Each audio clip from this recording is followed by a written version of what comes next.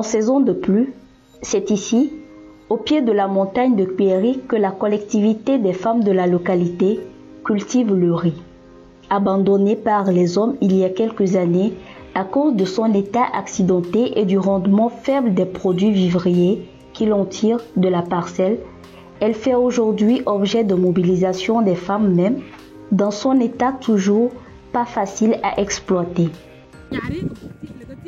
Entre-temps, les maris faisaient le mil ici, le petit mil ici, ça produisait. Mais après tout, la production a chuté. Et donc, ils ont donné maintenant aux femmes de faire le riz.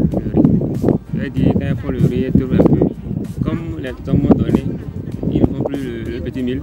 Elles vendent un peu le riz, acheter le mil pour compléter au niveau du foyer. La parcelle d'environ 10 hectares est morcelée en plusieurs quartiers que laisse voir l'alignement de pierres l'une après l'autre. Loin d'être une délimitation parcellaire des productrices, c'est plutôt une technique mise en place pour retenir l'écoulement rapide de l'eau et le peu d'éléments nutritifs du sol afin d'espérer un rendement en fin de saison. Il s'agit des cordons pierreux.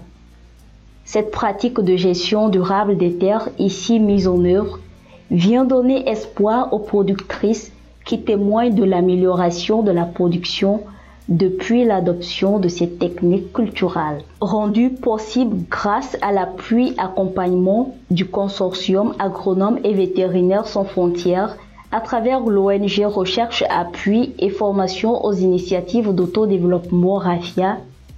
Cette action est réalisée dans le cadre du projet Gestion durable des terres et des forêts, avec le financement de l'Union européenne pour la mise en œuvre du programme d'appui à la lutte contre le changement climatique, PALCC. Déjà, le constat montre l'avancée du désert du côté de la montagne, nue d'arbres, et l'érosion qui de plus en plus gagne du terrain.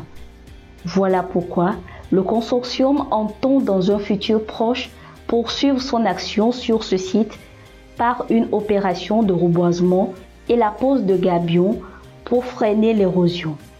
Une technique déjà expérimentée dans la région avec des résultats satisfaisants.